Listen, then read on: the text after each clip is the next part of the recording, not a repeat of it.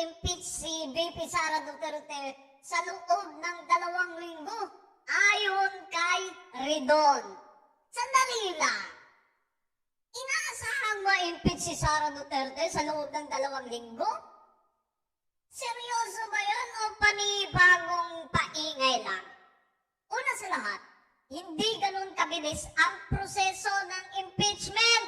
Hindi ito chismis na pwedeng madaliin. May legal na proseso yan. Alam mo yan, pambansang ilong. May ebidensya, may deliberation. Hindi yan parang clickbait na headline na kailangan may deadline agad. Di ba, pambansang ilong? Alam mo yan.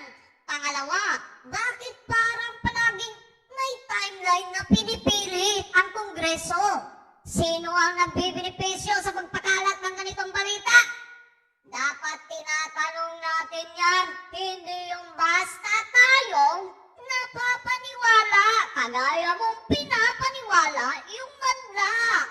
At pangatlo, kung totoo man na may kaso, ilabas ang konkretong ebidensya, hindi yung fishing expedition. Nagtatanim ng witness kuno. At ngayon yung witness, anong nangyari? May posisyon sa gobyerno.